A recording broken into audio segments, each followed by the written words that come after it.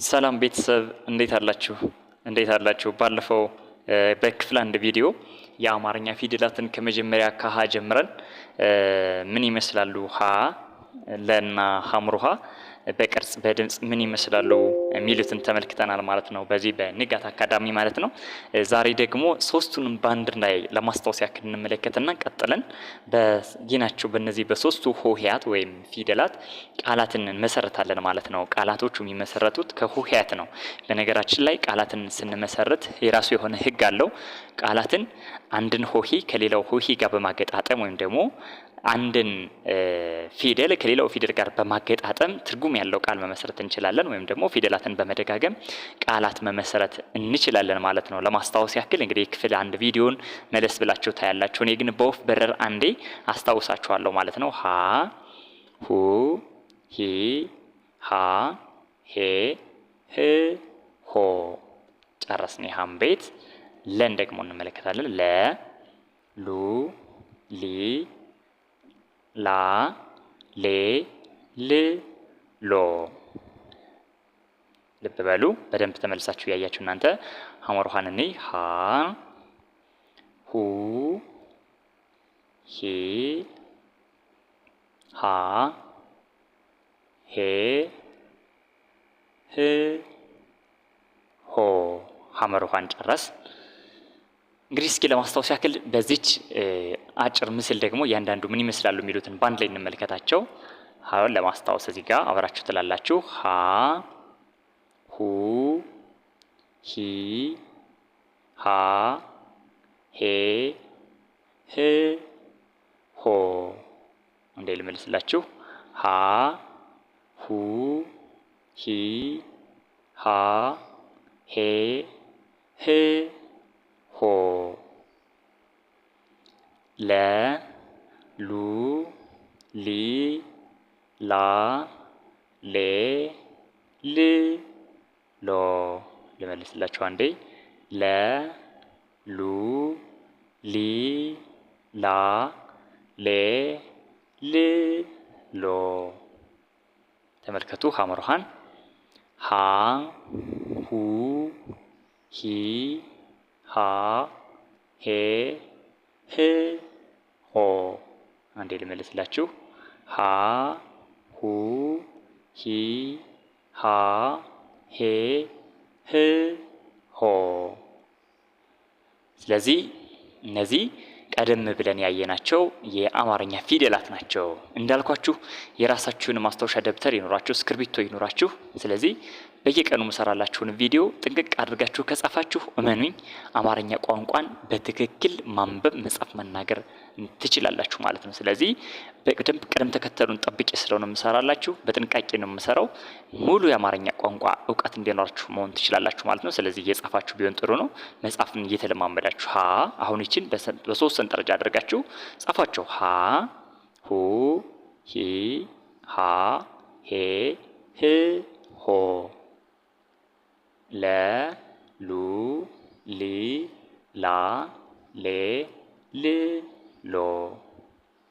ሀ ሁ ሂ ሃ ሄ ህ ሆ። ስለዚህ አሁን መለየት ነው። የመጀመሪያው ፊደል ከሁለተኛው በምንድን ነው የሚለየው? ሁለተኛው ከሶስተኛው በምንድን ነው የሚለየው? ሶስተኛው ከአራተኛው በምንድን ነው የሚለየው? እያንዳንዳቸው ነገር እያዛችሁ እዚህ ጋር አሁን ግዕዝ ቤቶች ምንም አይነት ቅጥል የላቸውም ብያቸዋለሁ። ሀ ለ ሀ። ሁለተኛዎቹ ካይ የምንላቸው ከጎናቸው ቀጥላላችሁ። ሁ ለያት ሉ ሁ። ሶስተኛ ፊደሎች ደግሞ ሸዳዳ ናቸው። እዚህ ጋር ተመልከቱ። ሂ ሊ ሂ። አራተኞቹ ደግሞ እግራቸው ያጥራል ብያቸዋለሁ። ሀ እንዳጋጣሚ ሌላ ቅርጽ ስላለው እግሩ አያጥርም። ላን እዩት፣ ሐመሩሃን እዩት። አምስተኛዎቹ ሁሉም ቀለበት አላቸው። ተመልከቱ። ሄ ሌ ና ሄ ማለት ነው። ስድስተኛዎቹ ደግሞ ተመልከቱ። ህ ል ምን ባንድ ድምጽ የሚባሉ ናቸው። ሰባተኛዎቹ ወይ እግራቸው ያጥራል ወይ ደግሞ ቀለበት ነው ሊኖራቸው የሚችል ሆ ሎ ሆ። ስለዚህ እያንዳንዱን ቅርጻቸው ምን ይመስላል የሚለውን በጥንቃቄ እንድትለዩ ፈልጋለሁ ማለት ነው። እንግዲህ እነዚህን ካየን ወደ ቃላት ምስረታ ደግሞ እስኪ እንሻገር። ዛሬ በቃላት እንግዲህ መግቢያ ላይ እንደተናገርኩት ቃላትን በሁለት መልኩ መመስረት እንችላለን። አንደኛ አንዱን ሆሄ ከሌላው ሆሄ ጋር በማጣመር ለምሳሌ በላ ለማለት በን አመጣለሁ፣ ላን አመጣለሁ በላ ብዬ ቃላት መመስረት ቻልኩ ማለት ነው። ስለዚህ ቃል አንድን ሆሄ ከሌላው ጋር በማጣመር ትርጉም ያለው ቃላት መመስረት እንችላለን ማለት ነው። ሄደ ብል ለምሳሌ ሄን ከሀ ቤት አመጣለሁ፣ ከደ ቤት ደግሞ ደን አመጣለሁ። ሄደ ትርጉም ያለው ቃል መሆን ይችላል ማለት ነው። ሁለተኛው ደግሞ ቃላት የምንመሰርትበት መንገድ ራሱን ሆሄያትን በመደጋገም ነው። አንዷን ለብቻዋ ሆሄ ብለን ነው የምንጠራት ማለት ነው። ለምሳሌ ስስ ብላሁን ስ ልል ብላሁን ልል። ስለዚህ ሆሄያትን በመደጋገም ቃላት መመስረት ቻልኩ ማለት ነው። ስለዚህ እኛ አሁን እናንተ እስኪ በሀ ቤት መስርቱ። ዛሬ በሀ ቤት ምን ብላችሁ ቃል ልትመሰርቱ ትችላላችሁ? እስኪ በሀ ቤት መስርቱ፣ ጻፉ። እስኪ ሀን ጻፉ፣ እስከ ሆ ድረስ ጻፉና እስኪ መስርቱ። ምን ሚል ቃል ልትመሰርቱ ትችላላችሁ? ቪዲዮውን ፓውዝ ያደረጋችሁ እየመሰረታችሁ ማለት ነው። ተመልከቱ። በሀ ለምሳሌ ይኸው ሀ ብት፣ ሀቅ፣ ሀሴት፣ ሀገር፣ እዚህ ጋር ሀሳብ ብዬ መመስረት እችላለሁ። እናንተም የራሳችሁን እየመሰረታችሁ እዚህ ጋር መከታተል። ሁ ተመልከቱ። እዚህ ጋር ሁ ከት፣ ሁለት፣ ሁኔታ ብዬ መመስረት እችላለሁ። በሂ ተመልከቱ። ሂሳብ፣ ሂጃብ፣ ሂድ ማለት ቻልኩ ማለት ነው። እናንተ የራሳችሁ እንድትመሰረቱ ነግሬያችኋለሁ። በሀ ይኸው ሀሳብ ተመልከቱ። በሀ ሀምሳ፣ ሐምሌ በሀ ማለት ነው። በሄ ይኸው ሄደ፣ ሄለን፣ ሄኖክ ብዬ መመስረት እችላለሁ ማለት ነው። ሄክታር ማለት ይችላል። በጣም ብዙ ቃል በነገራችን ላይ በጣም ብዙ ቃል መመስረት እንችላለን። እናንተም የራሳችሁን የመሰረታችሁ ሂዱ። በህ ተመልከቱ። ህ ብር፣ ህ መን፣ ህ ሊና፣